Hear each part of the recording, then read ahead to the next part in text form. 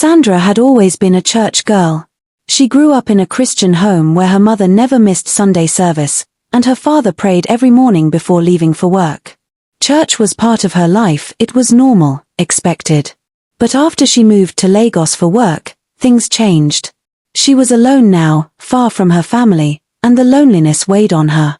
She needed a new church, somewhere she could belong. One Sunday morning, she decided to visit a church that her colleague, Tolu, had been talking about. "Sandra, you'll love it," Tolu said, adjusting her earrings. "The pastor is powerful. People receive miracles every day." Sandra wasn't one to chase miracles, but she was curious. "What's the name of the church?"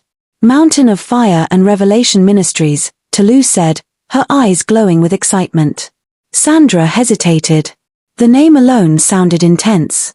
She had heard stories of fake prophets in Lagos, churches where pastors performed fake miracles and scammed desperate people. But Tolu was a good friend, and she seemed so sure. "All right," Sandra said. "I'll go with you this Sunday." That Sunday morning, she dressed in a simple yellow gown and tied her braids into a bun. The moment she stepped into the church, she felt something strange. The air was heavy. It wasn't the usual feeling of peace she got in church. It was different, thicker, almost suffocating. The church was packed, filled with people clapping and singing loudly. A group of women in white stood near the altar, shaking their heads violently as they prayed. At the center of it all was Pastor Michael. He was tall, dark-skinned, and had piercing eyes that seemed to look straight into her soul. His voice was deep and commanding, echoing through the church as he shouted into the microphone. Sandra felt uneasy. Something about the pastor didn't seem right. As the service continued, Pastor Michael's voice grew louder. He moved across the stage, pointing at different people in the congregation. "You. Stand up," he shouted, pointing at a man in the front row. The man stood, shaking. "The spirit of poverty has been following you since birth. But today, I break it in Jesus' name." The congregation erupted in cheers. The man fell to the floor, shaking violently. Sandra's heart pounded. She had seen deliverance services before, but something about this felt off. Then, suddenly, Pastor Michael turned and pointed at her. "You there, the sister in yellow. Stand up." Sandra's breath caught in her throat. She stood slowly, feeling every eye in the church on her. "The Lord is showing me something about you," Pastor Michael said, walking closer. "You have been struggling in life. Nothing is working. Doors are closed." Sandra's stomach twisted. It was true, she had been struggling. But how did he know? "But today," the pastor continued, "your life will change." The crowd cheered again, and before Sandra could say a word, he lifted his hands. "Come forward." She hesitated. Every part of her was screaming, "Don't go." But her legs moved on their own. As she stepped forward, she felt a wave of heat wash over her body. Her head felt light, and her vision blurred. Then, darkness. She collapsed. The last thing she heard before the world faded away was Pastor Michael's voice. "She is free now." When Sandra opened her eyes, she was lying on the floor of the church. People were gathered around her, smiling and clapping. She sat up, her head spinning. "What happened?" she whispered. Tolu knelt beside her. "Sandra, you fainted during deliverance. The pastor said a strong spirit left you." Sandra tried to process everything, but her mind was foggy. She went home that evening feeling different. Lighter. But as she lay in bed that night, something strange happened. She was half asleep when she heard it. A whisper. Low, chilling, right next to her ear. "Sandra." Her eyes flew open. Her room was dark. Silent. But she wasn't alone. Her breath hitched as she turned her head slowly. In the corner of the room, standing completely still, was a shadow. A tall, dark figure with glowing red eyes. Sandra's blood ran cold. She tried to scream, but no sound came out. The shadow took a step forward. And then, it vanished.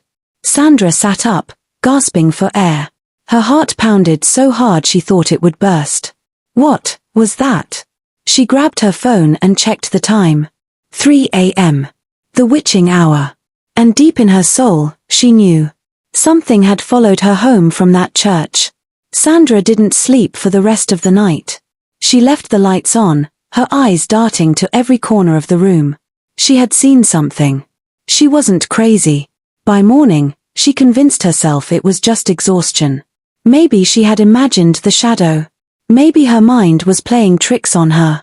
But the moment she stepped outside her apartment, she felt it again, a presence.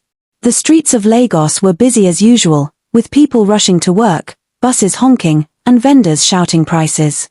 But Sandra couldn't focus on any of it. She felt like someone was watching her. At work, things got even worse. While typing an email, she glanced at her reflection in the computer screen and froze. Behind her, in the glassy reflection, was the shadow. Sandra spun around. Nothing. Her chest rose and fell rapidly. She was losing it. When she got home that evening, she decided to pray. She had never been much of a prayer warrior, but she knew one thing: whatever this was, it wasn't normal. She fell to her knees beside her bed, clasped her hands, and began. Dear God, please protect me. Whatever this thing is, let it leave me alone. In Jesus' name. Bang! The room shook. Sandra's eyes snapped open. Her wardrobe door had swung open on its own. A deep chill spread through her body. And then, the whisper came again. Sandra. Her breath caught in her throat. Slowly, she turned her head toward the wardrobe. Inside, something moved. Something dark. Sandra screamed. She grabbed her phone and called Tolu. Tolu, I need to talk to you. It's urgent. Her voice trembled. Tolu sighed on the other end. Sandra, what is it? It's the church, Sandra whispered. Something followed me home. Silence. Then Tolu's voice lowered. You need to see Pastor Michael. Sandra didn't want to go back to that church. Every fiber of her being told her not to go. But by Saturday night, she had no choice. The shadows were getting worse. She could hear footsteps in her apartment. Things moved on their own. At exactly 3 a.m., she woke up to see her own reflection in the mirror smiling back at her. She wasn't smiling. That was the final straw. Sunday morning, she went back to Mountain of Fire and Revelation Ministries. This time, the church felt different. Darker. Pastor Michael was already on stage when she walked in. His piercing eyes found hers instantly, and he smiled. Come, child, he said into the microphone. I have been expecting you. Sandra's blood turned to ice. She walked forward slowly. Pastor Michael placed his hand on her head. You are under attack, he said. Something has entered you. Sandra's heart pounded. Pastor, I keep seeing. He raised his hand, silencing her. I know, he said. And there's only one way to be free. He gestured to the side of the stage. 2 men in white robes stepped forward, carrying a large clay bowl. Inside the bowl was a black liquid. Sandra frowned. What is that? Pastor Michael's smile widened. The blood of deliverance. Sandra took a step back.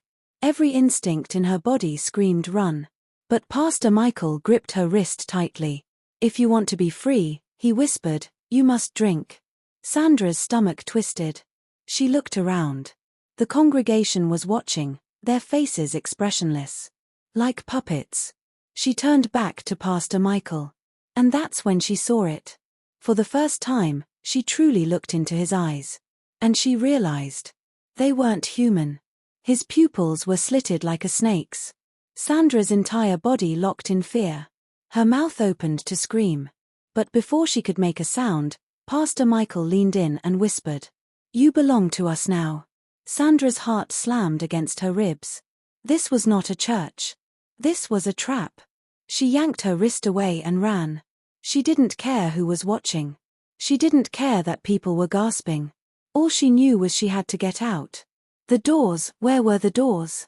Sandra spun in circles, her breath ragged. The church looked different. The walls were stretching. The ceiling was growing taller. The exit had disappeared. And then, the congregation began to laugh. A low, inhuman laughter that sent chills down her spine. Pastor Michael raised his hands. The church went dark. Sandra screamed. She felt hands grabbing her, pulling her, suffocating her. And then, a voice. Not Pastor Michael's. Not the congregation's. A powerful, commanding voice that shook the air. Let her go. Suddenly, the hands vanished. Sandra collapsed to the ground, gasping. The lights returned. She looked up and saw a man standing at the entrance. He was dressed in white, his face stern. In his hand was a Bible. The moment Pastor Michael saw him, he hissed. The congregation screamed in unison, covering their ears as if in pain. The man stepped forward. His voice boomed through the church. The Lord rebuke you. The ground shook. Pastor Michael screamed. His body convulsed, twisting unnaturally. The congregation collapsed to their knees, crying out in agony. Sandra watched, frozen in shock. Then, boom!